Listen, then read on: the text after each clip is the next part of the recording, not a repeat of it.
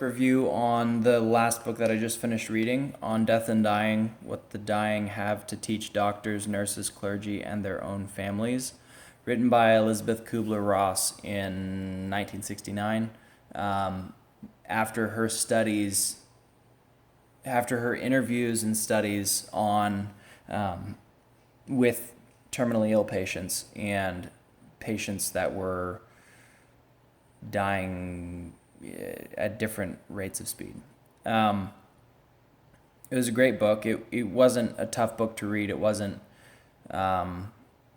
anything groundbreaking as far as literature goes, but as far as the observations go and as far as the interviews that were done and the knowledge that was gained by it and the whole new branch of medicine that she started based off of her observations and her students' observations and the interviews and what they found when talking with dying patients, those were very, very important and revolutionary. And they became a touchstone for a lot of other areas in psychology, in medicine, in life in general, in the American psyche, and the ability for people to talk about death and talk about dying, where before it was just a thing you just didn't talk about. You didn't accept it. You didn't think about it. You didn't deal with it at all.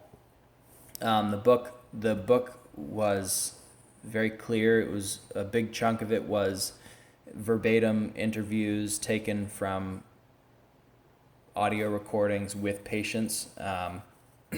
So, the doctor asked this question, the patient said this response, that kind of thing.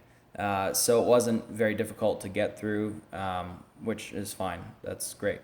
But it was very clear what she was trying to say, and it was just very straightforward. Anyway, all of that to say, it's a great book. It's worth reading, and I understand now why Gabor Mate referenced it in When the Body Says No, and why Scott Peck references it in a couple of his books.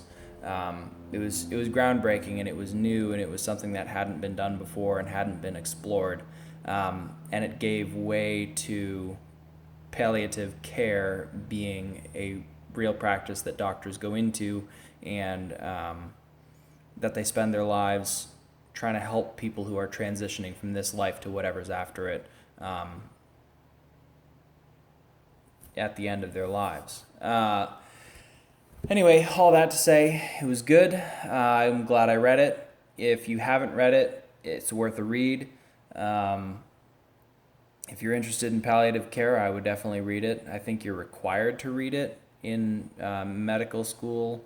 Maybe not, but maybe that was just in the 70s and 80s when it was really new and very exciting. Anyway, all of that to say, enjoy it, read it. Quick book, 260 pages long, big print, easy to read, but well worth it.